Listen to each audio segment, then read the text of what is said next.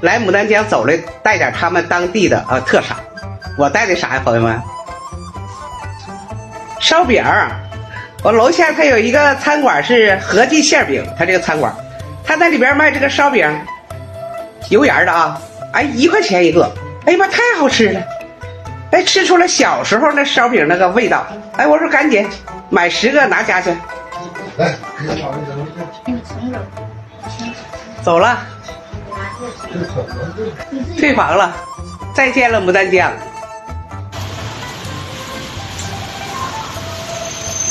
每次吧出来玩都说住的离火车站近，哪次也没有这次真正的是近。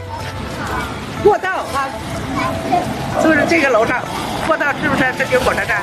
后来这个牡丹江玩的啊，大家就是下了火车，哎，就住在这个酒店，它离火车站真就是近，特方便。牡丹江火车站，你走了啊，花花牡丹江、大梅牡丹江，朋友愿意玩赶紧啊！看看牡丹江火车站里边也卖苏林米道斯，我书包里有哈。看看上这儿来赶雨了吧？这到家了啊，下了火车了，你看这下面雨，这雨下的还不小呢。这种方式欢迎我们回家吗？然后都没打伞呀，快跑呀！他不也得从这儿过吗？他也得那样过去了。那往下走吧。王，你是怎么过去的？当水节了还当过去？哎呀妈呀！啊妈呀，又走我一鞋的土，再气人劲儿呢！哎，我鞋子就不能让了。妈，你试试吧。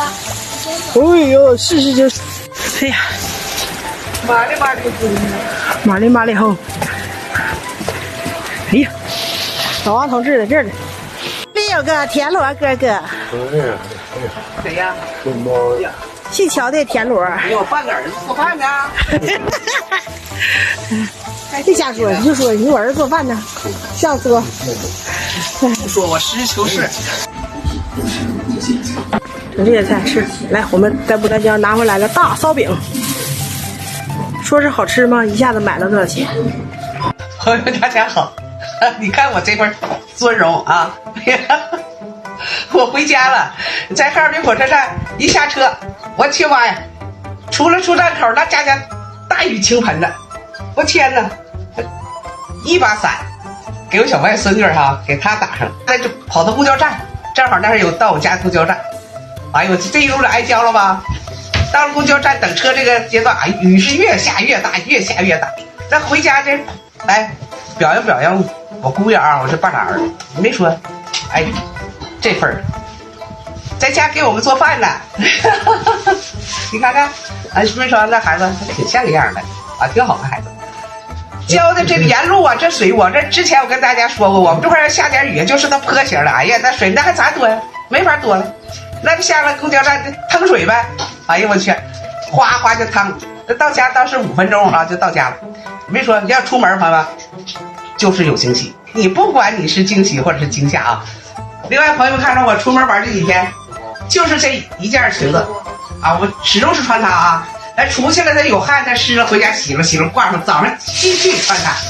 哎，朋友，它抗太阳哈，有这么一说别穿太薄了啊，你有太阳就直接射下去了。哎，就穿它。